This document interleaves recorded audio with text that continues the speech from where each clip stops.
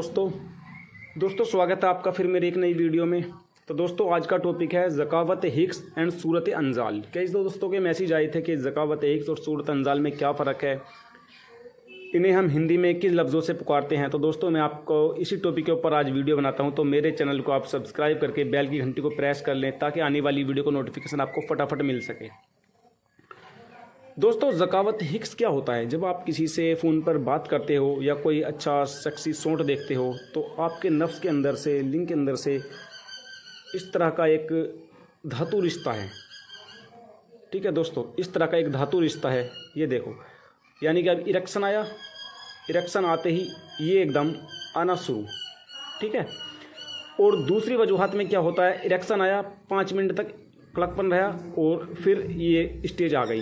तीसरी स्टेज में क्या होता है दोस्तों, इरेक्शन आने के बाद जब आपका नफ्स लिंग ठंडा पड़ जाता है, इसकी क्लकपन ख़त्म हो जाता है, ताकत खत्म हो जाती है, तो उसके बाद आप जब देखते हो अपना इंटरव्यू खोलकर तो इस तरह के कतरे लगे हुए होते हैं आपके मुंह के आगे, कतरों के। तो दोस्तों ये हम इसे चिपचिपा पानी भी बोलते हैं और ज़कावत हिक्स भी इसे ही बोलते हैं। दोस्तों हर बीमारी का जो सबसे खतरनाक और हर मर्ज़ को पैदा करने वाला जो है सबसे खतरनाक, वो ज़कावत हिक्स यानी कि चिपचिपा पानी है। यही रोग है दोस्तों, जो आपका ये वाला रोग है। ठीक है।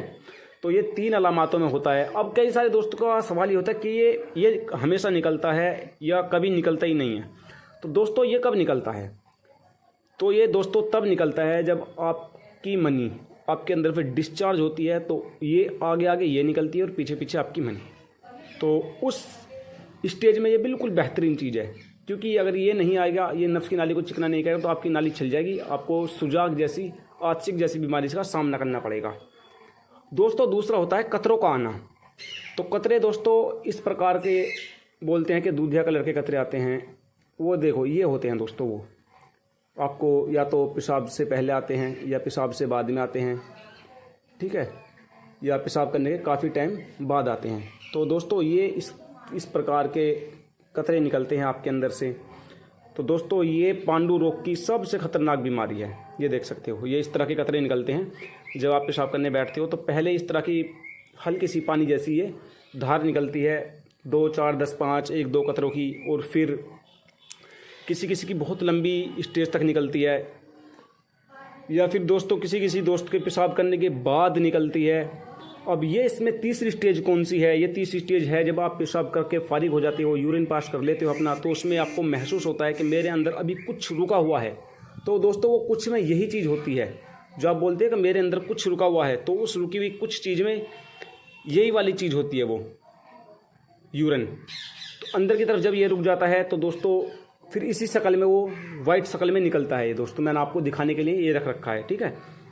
तो इसी शक्ल में वो निकलता है। तो दोस्तों ये पांडु रोग की, हमारी यानी धातु रोग की, यानी चिपचिपे पानी की, यानी धात पड़ने की सबसे गंभीर समस्या है ये। जब आपको ये समस्या होगी तो आपका वीर्य पतला पड़ेगा, वीर्य में गर्मी पैदा होगी, शरीर पांडुवर का हो जाएगा दोस्तों, बिल्कुल पतला दुबला, आंखें अंदर धस जाएंगी, हेयर फॉल होने लगेगा, आंखों के अंदर गर्मी, हाथों के अंदर गर्मी। ठीक है। पूरी बॉडी के अंदर हीटिंग महसूस होगी, हाथ पैरों के अंदर जलन, उठते बैठते में चक्कर। ठीक है। ये अलामात कुछ इंसान की आने लग जाती हैं। तो ये दोस्तों मैंने आपको समझाने के लिए बहुत ज़बरदस्त एक तरीके से आपको सेटअप बनाया है। जो दोस्त समझने वाले हैं वो बहुत आसानी से समझ जाएंगे।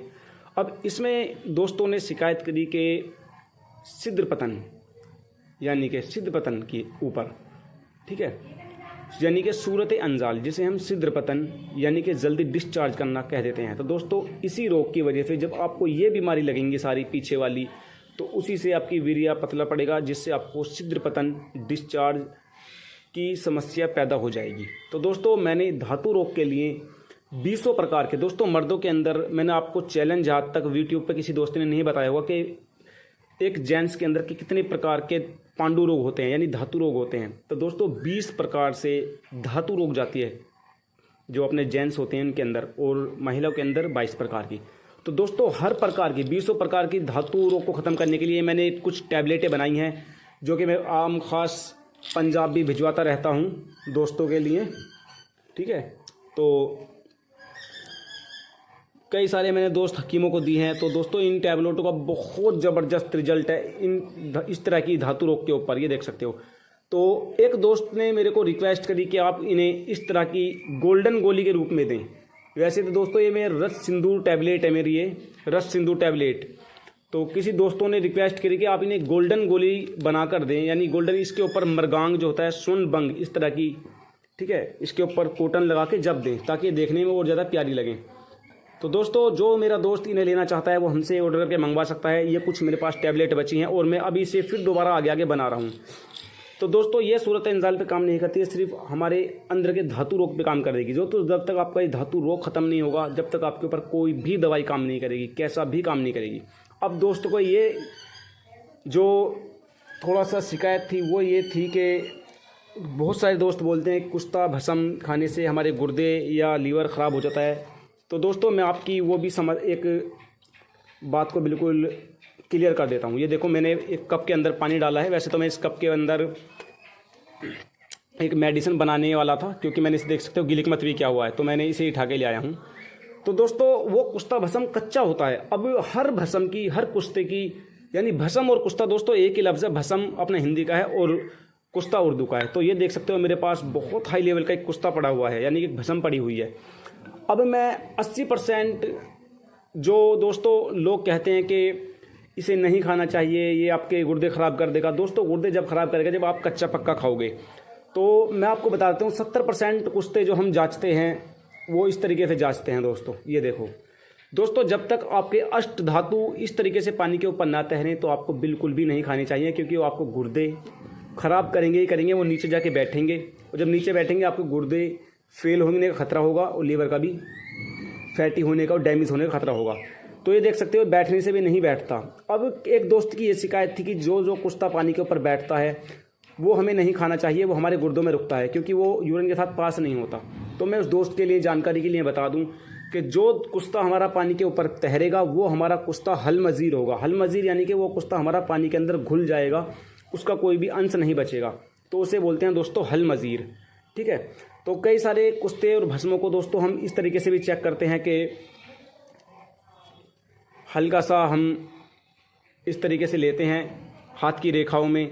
तो हर कुश्ते और भस्म को चेक करने का दोस्तों अलग तरीका होता है और इस तरीके से चेक करते हैं कि ये बिल्कुल हाँ हमारी हाथों की रेखाओं में अंदर बैठ गया है, ये देखो। और इस तरह एक दो बार नूर रगड़ा मारने से ये बिल्कुल गायब हो गया, ठीक है ना। इस तरीके से चेक करते हैं। तो हर कुश्ते को, हर भस्म को चेक करने का अलग तरीका होता है दोस्तों। जब तक हमारी अष्ट धातु यानी कि 8 प्रकार की धातु पानी के ऊपर नहीं तैरेंगी, जब तक आपको वो नहीं खानी चाहिए, वो आपके अंदर बैठेंगी। आप ये देख सकते हो जो दोस्त बोलते हैं कि पानी के ऊपर जो कुश्ता तैरता है वो गुर्दों में बैठता है, ऐसा नहीं है दोस्तों।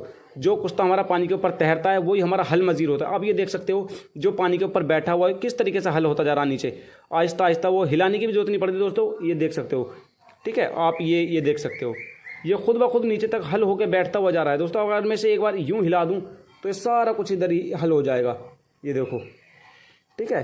तो दोस्तों आपने इस तरह के कुश्ते कोई भी नहीं खाना जो बिना जांच के खाने। दोस्तों ये देख सकते हो सब पानी में हल हो गया है। तो दोस्तों मैं आगे आगे आपके लिए अच्छी से अच्छी जानकारी लेकर आता रहूँगा। तो मेरे चैनल को सब्सक्राइब कर लें और दोस्तों के साथ शेयर लाजमी करें।